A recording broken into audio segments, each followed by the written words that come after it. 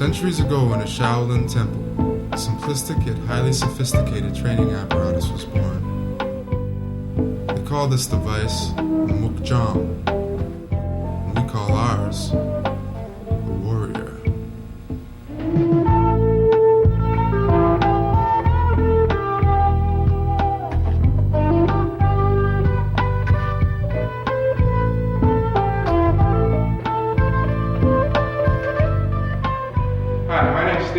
President of Leechild Innovations, Inc., Chief Designer of the Warrior line of martial arts training equipment.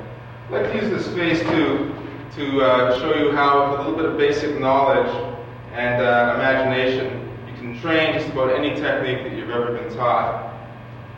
Now, first of all, the mukjang, 4 centuries old, developed from the Shaolin Temple.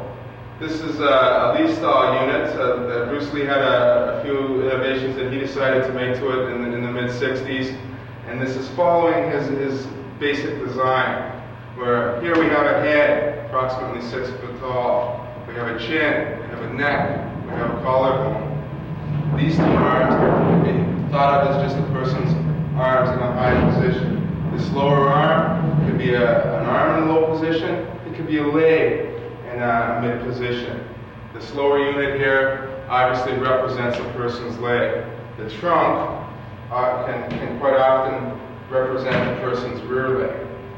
Now, in this particular unit, we have a heavily padded head, allowing you to hit with a closed fist, elbow. In fact, you could even headbutt it if you wanted to. We also have a spring back leg. Many people think that when a dummy is sitting in a base, that it's got to be what is called a dead man dummy. This is not the case with the warrior. If you'll notice, you have some back and forth play here, we have some rotational play here, and in the leg as well. Whatever direction you stomp or kick it, it'll just bounce back to the center. Okay? When we move over to the pad man here, again, this is a concept of my teacher, Makoto Kabiyama. When I went to him with my design for a freestanding dummy, he mentioned a training device that he had in mind. 3 sticks coming out of a wall. This is basically the development of the rod man. Now the rod man, you see here we have heavily padded hands. These are your targets. You can think of these as high, medium, and low targets on a person from this angle, this angle, this angle, basically any angle. You can think of these as blows coming at you, high, medium, and low line, whether they be with hand, foot, or somebody throw me a weapon, or a weapon. So whatever technique you might use to defend yourself, basically now with that little bit of knowledge as far as how to reference the various appendages in this phase 2, you should find it quite easy to transfer any techniques you've ever learned. I'm going to get my training partner and friend, godfather of my son, Jason Lanzewski, in here. He's helped us out a lot from the very beginning, from concept to completion of these units. I'm going to get Jason here just to throw me one of the most basic techniques in the world, a jab. If I were a Western boxer, I might catch this jab just with a small pat. Now, if I were to come over to the warrior, and again, I look at this upper arm as a punch coming towards me. This would be my small pat. This would be my small pat. If Jason was looking at that top rod of the rod man as a jab coming towards him, that would be his pat. That would be his pat. That would be his pat. Now again here, Jason throws me the jab. And I take a tan sao from, say, Wing Chun Kung Fu. I would also use in many Chinese martial arts. A tan sao. I again look at this top arm as the blow coming towards me to protect myself with this tan sao. If Jason would look at the pad man as the punch coming towards him, uses tan sao like so.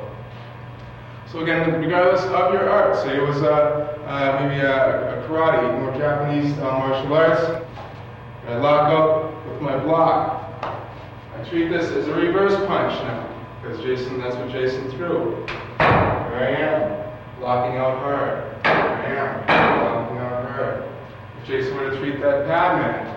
Now again, you see he gets much less resistance from the padman. Still, he's always getting his lines. One thing to mention here now about the padman. Although it doesn't give you a lot of resistance, what it does teach you is something very important. This is something Ted Wong told me the day that I presented the warrior to him. That the most important thing with throwing blows is your recovery, your footwork and your recovery. Now, if I want to take this and throw hard punches, I've got to understand that I don't care if I'm Roy Jones Jr., Muhammad Ali, I'm going to miss at least 60% of the punches that I throw. Now, with this padman, when I throw a hard punch, everybody's seen this in a fight. The guy throws a punch, he's way out of balance, and he gets blindsided. With this padman, you can hit hard, but always be recovering with your footwork. Now again, say Jason stands up here. He throws me the old jab. I decide to do a couple more things now. Now again, I might be slapping his arm. I'm not punching him in the face. I'm not driving my knee into his thigh. Here at the warrior, I can punch it in the face. I can drive my knee into its thigh as many times as I want. Now, Jason might take a motorcycle helmet and put it on. Let me do my techniques. And stick my fist through the face mask.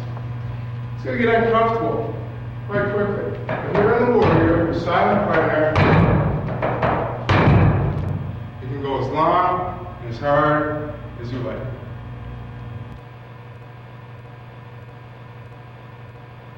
Now that you have an understanding of how to work on both the warrior and the rodman, I'd like to introduce you to some of my fellow instructors and their advanced students, as well as our teacher, Makoto Kabayama. Together we train as the Jeet Kune Do family.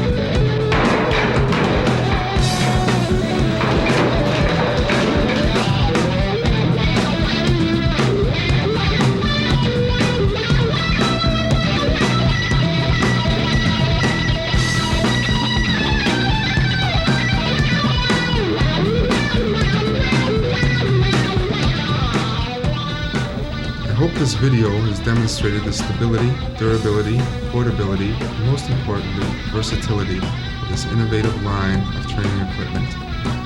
It's been my hope and belief that martial artists of all styles and disciplines could reap the benefits that hundreds of warrior owners worldwide already share. It was my dream. Now it's your reality.